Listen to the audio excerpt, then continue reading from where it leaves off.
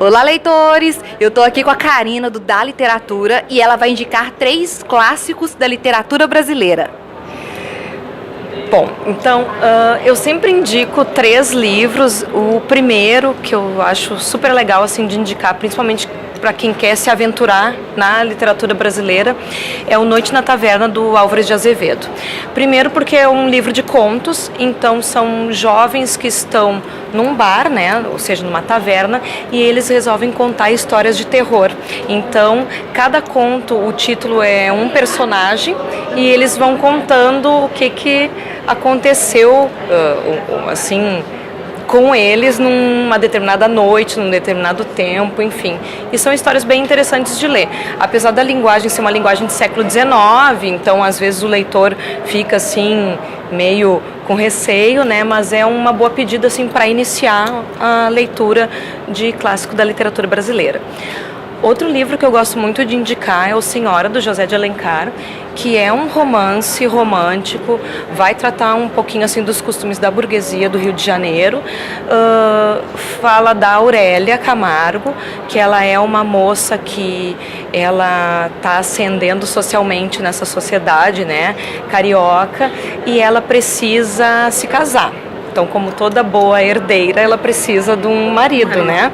Então, ela acaba escolhendo o marido que ela quer casar. Então, rola aí todo um esquema financeiro, porque ela praticamente paga por esse casamento. Então, é um livro bem à frente do seu tempo, assim. Acho o José de Alencar bem ousado nesse sentido, porque não ela que acaba escolhendo com quem ela vai casar.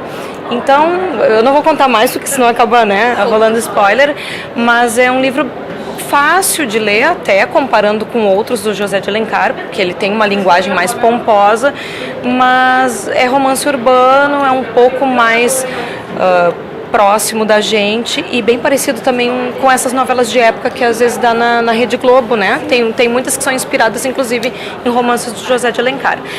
E o último romance que eu vou indicar é um romance realista, que eu amo, Machado de Assis, que é o Dom Casmurro, que vai falar do Bento Santiago, que ele já é um senhor de idade e ele está tentando, como ele diz, unir as duas pontas da vida. Então ele vai pensando sobre a vida dele, desde a infância até a velhice, e vai contando um pouco para o leitor o que aconteceu, assim, alguns questionamentos, principalmente em relação ao casamento dele com a Capitu. Né? Então, esse é um romance bem clássico e bem famoso na literatura brasileira, exatamente porque as pessoas ficam na dúvida se a Capitu traiu o Bento Santiago ou não. Isso daí não é spoiler, porque é a grande questão mesmo da obra. E eu acho bem interessante porque o Machado ele vai ser um pouco diferente do que o José de Alencar, por exemplo, fazia. O José de Alencar vai mostrar os costumes, mas de uma forma mais pomposa.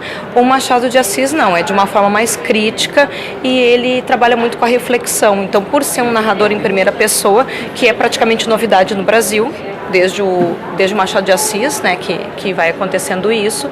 Então, a gente vai, junto com o Bento, tentando ter as nossas conclusões como leitor, se o Bento está falando realmente a verdade ou não. Né? Então, seriam essas as minhas dicas, né? Então, muito obrigado pelas suas indicações, Karina, e boa leitura!